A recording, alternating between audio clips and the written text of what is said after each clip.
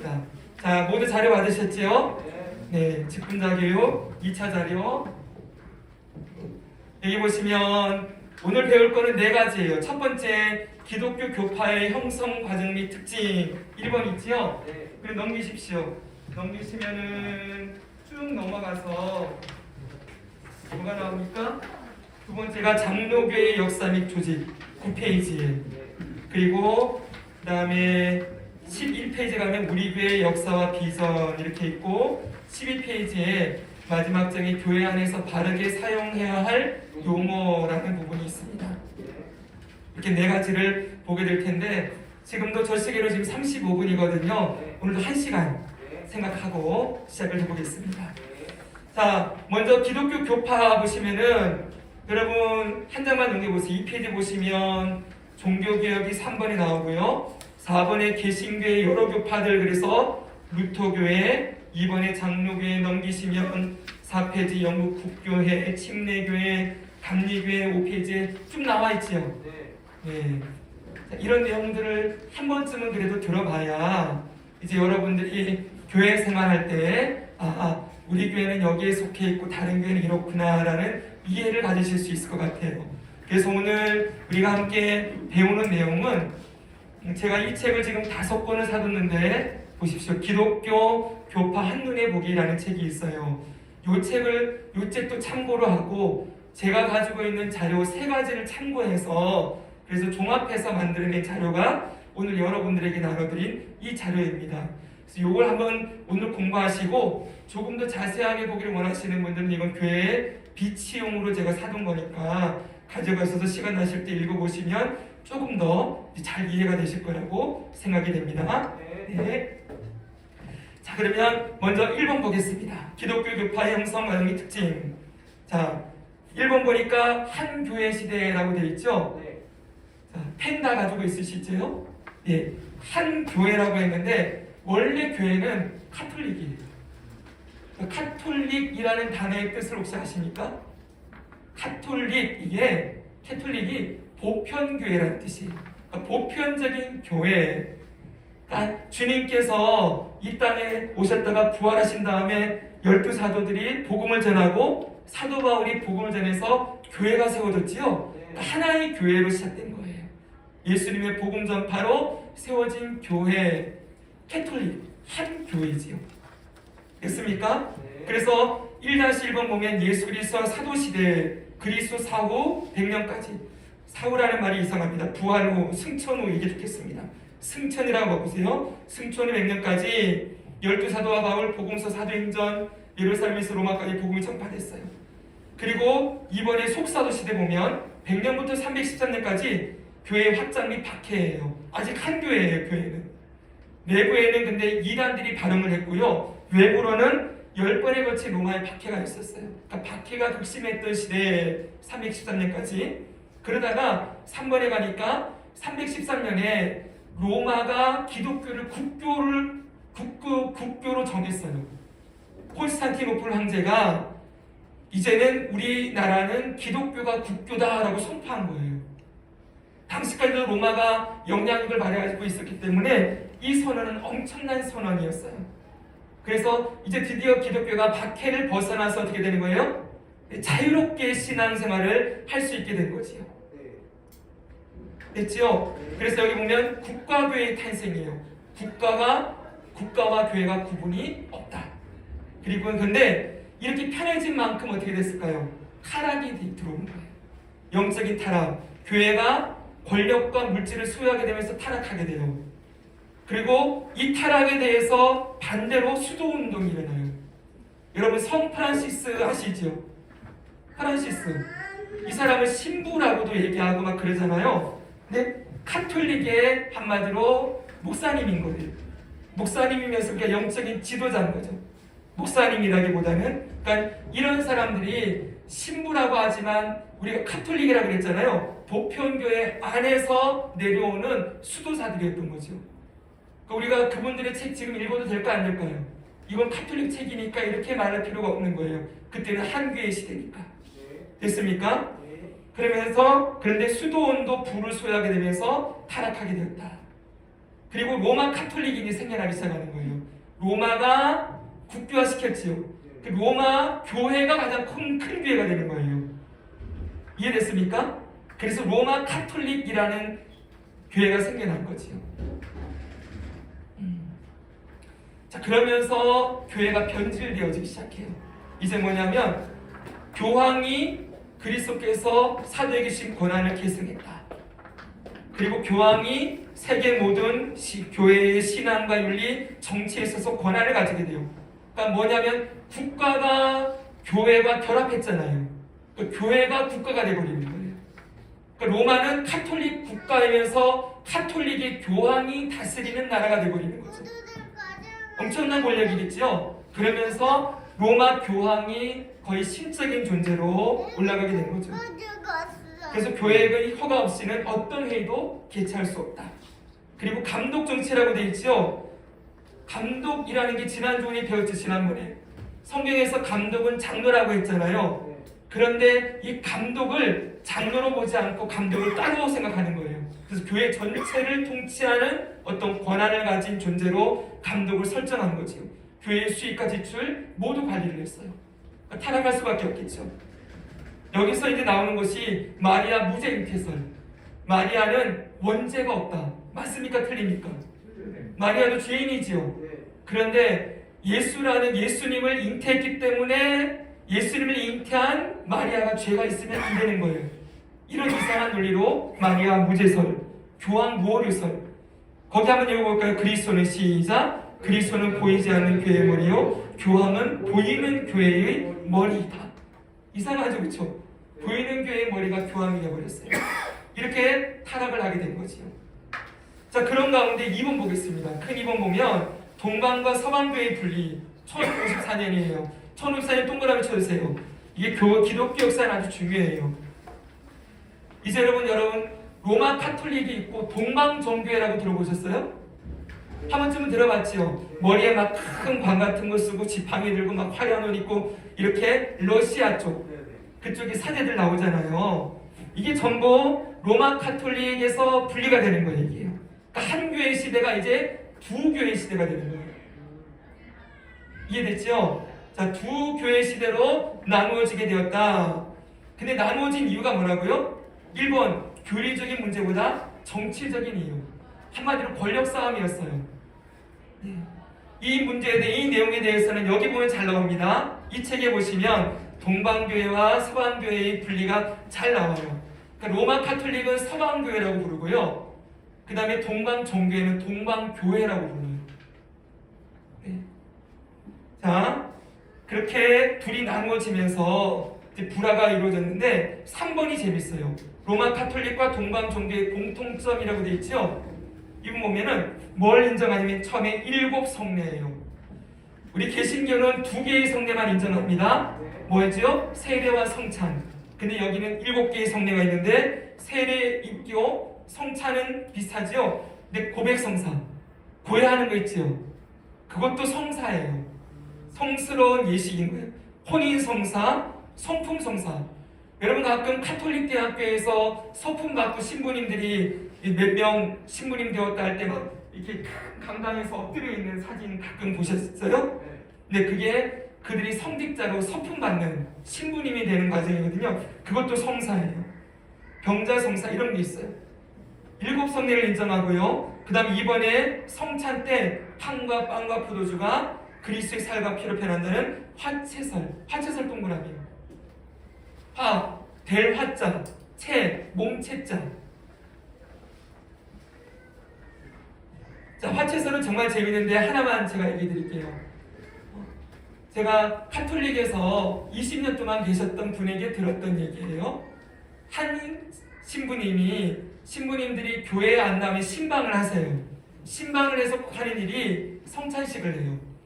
성찬식 때 이 떡은 뭐예요? 그 예수님의 피를 상징하고 피는 포도주잖아요. 그렇죠?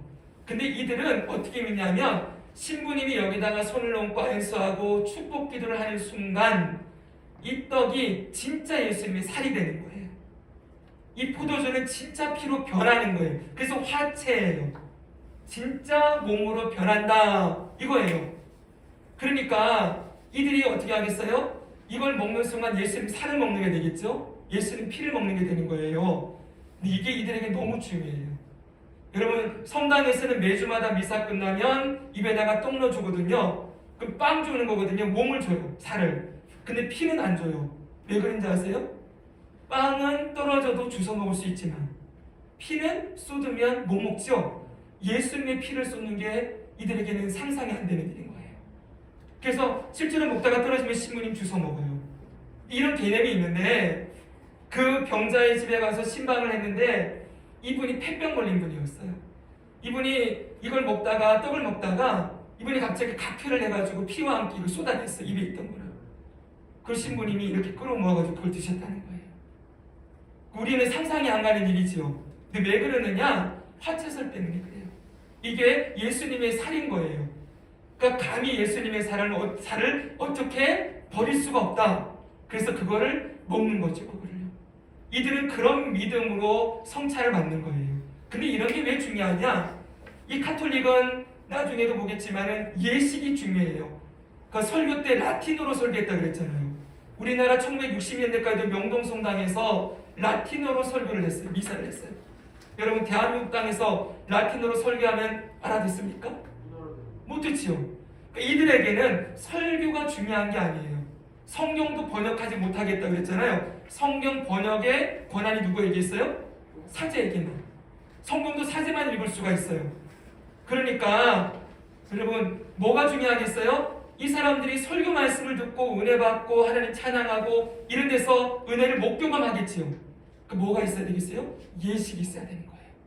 교회를 아주 웅장하게 져놓고 들어가는 순간부터 어때요? 막 뭔가 경건한 기운을 느끼죠. 그렇죠? 그리고 막 저기서 찬양대가 와 하고 있으면은 뭐 성스러운 곳에 내가 와 있는 것 같은 그런 기분이 들고 거기서 사제가 막 이런 옷을 갖춰 입고서 와가지고 입에다가 일어나라 앉아라 그러면 미사는 일어나라 앉아라 되게 많아요. 그리고 기도문 외우는 게 많죠. 그렇지? 같이.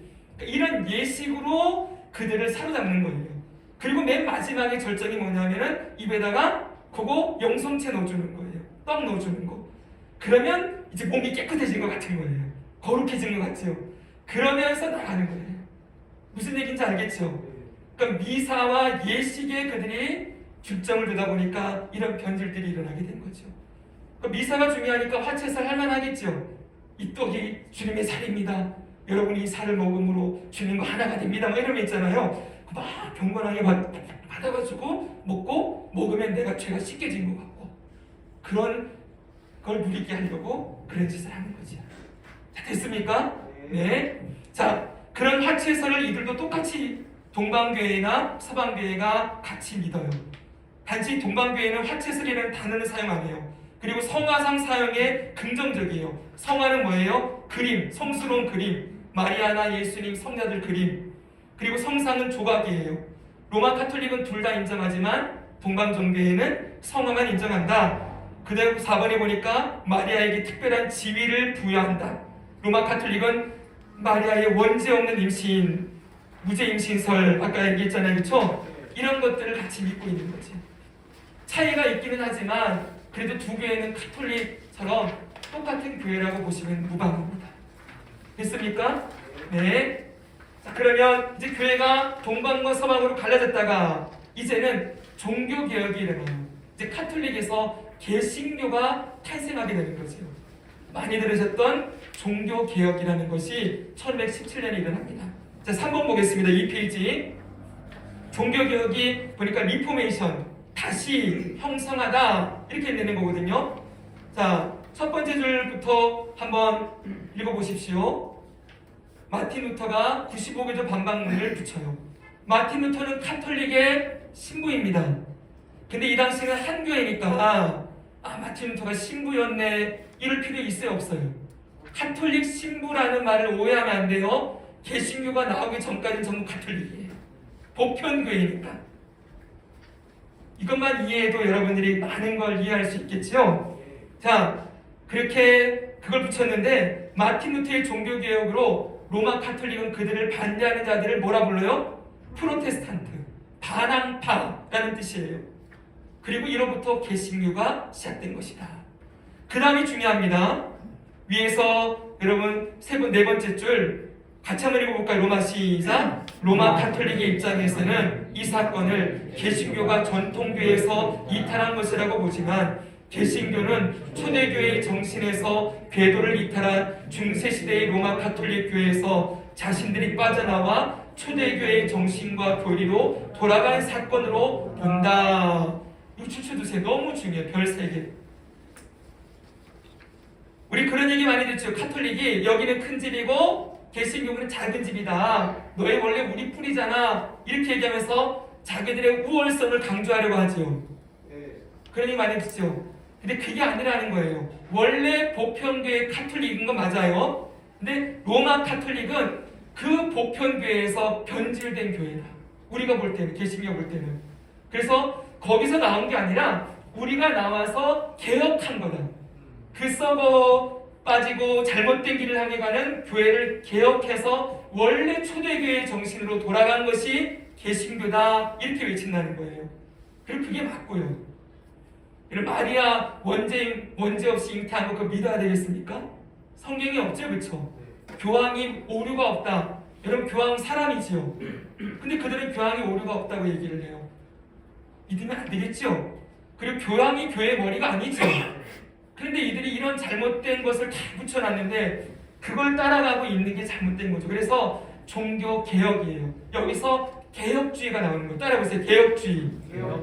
개혁주의 이런 얘기를 교회 다니면 가끔 들을 수 있을 거예요. 왜냐하면 종교 개혁의 정신을 이어받은 교회 이런 뜻이에요.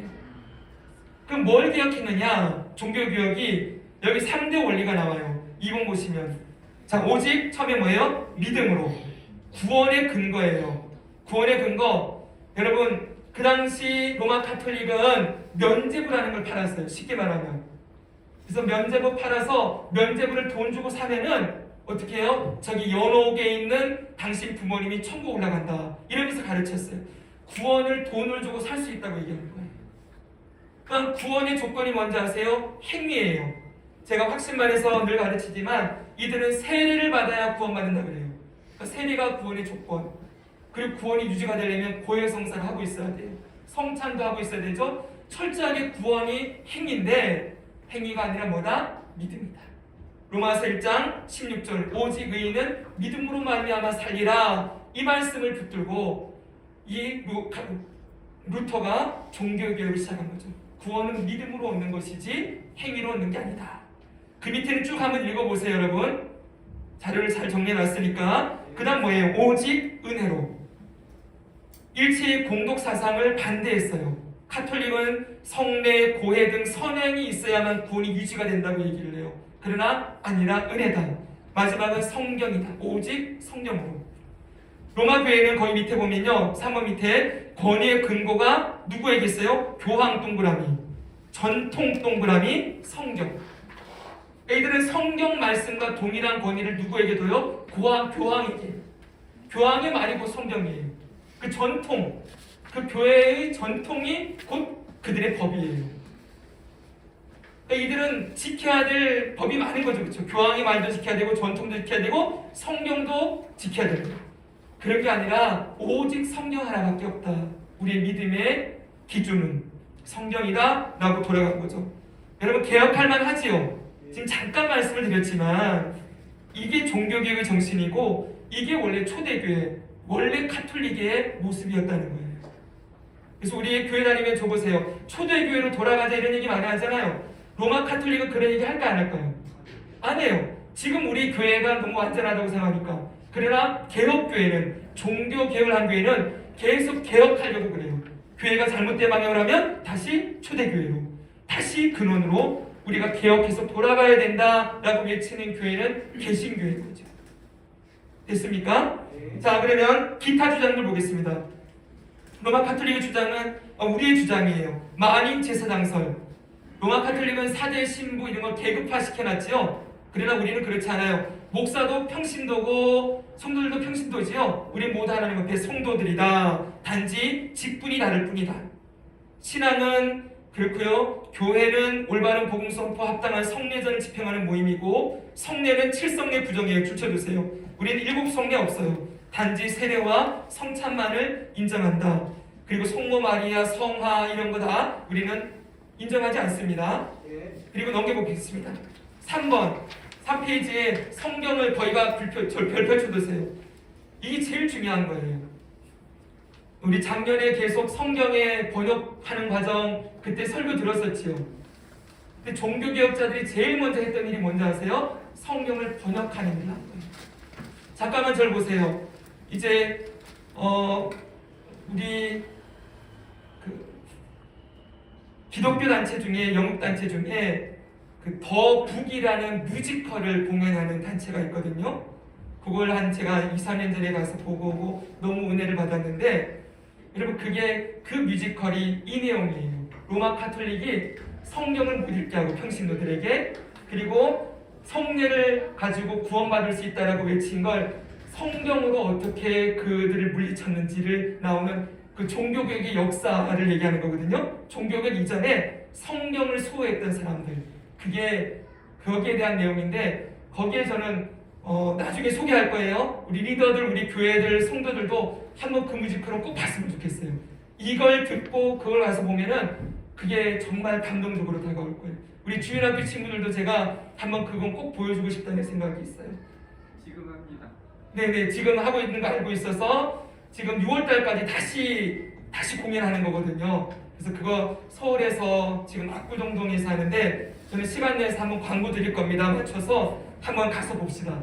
그 로마 카톨릭의 어떻게 종교개혁자들이 종교개혁 100년 전의 이야기예요. 이미 성경을 성도들에게 들려주기 위해서 얼마나 생명을 걸고 이 사역을 했는지를 보여주는 뮤지컬인데 너무 좋은 뮤지컬이에요. 제가 보고 막 울면서 봤어요. 함께 이 감동을 나눴으면 좋겠습니다. 아무튼 이런 일을 종교개혁자들이 했다. 그리고 종교개혁자들을 비판한 교리들이 4번에 보면은 마리아 성인 숭배, 성경의 권위, 성경이 없는 것을 첨가해요. 외경도 첨가하고 유전도 첨가하지요. 그리고 성경 구독도 금지했어요. 화채설도 비판해요. 우리는 교황과 신부의 신격화도 비판합니다. 믿음의 선행 추가되는 거 인정 안 해요. 연옥설 그리고 7번이 재밌어요. 우상 숭배 조장. 제2계명이 뭐예요? 10계명에 너를 위하여 새긴 우상을 만들지 말고죠. 여러분 로마 카톨릭 10계명을 인터넷에 당장 쳐보세요. 쳐보면 2계명 없어요. 10계명이 2계명이 없고 그 다음에 10계명 내 이웃의 아내를 탐하지 말라 이것을요 2개로 나눠놨어요. 집, 아내하고 재물로. 그래서 로마 카톨릭의 10계명 우리랑 달라요. 2계명 우상 만들지 말라가 없는 거예요. 왜? 이게 그들이 우상 만들어 놓고 있으니까 빼는 거겠죠. 이렇게 다르다는 것. 종교개혁자들이 어떤 일을 했는지를 우리가 살펴봤습니다. 자, 그럼 이제 종교개혁 이후로 개신교가 탄생한 거예요. 교회가 크게 보면은 3개가 된 거죠. 뭐 교회라고 저쪽은 인정할 수 없긴 하지만 로마 카톨릭이 있고 동방정교회가 있고 프로테스탄트, 개신교가 생겨난 거죠. 주님이 피로 사신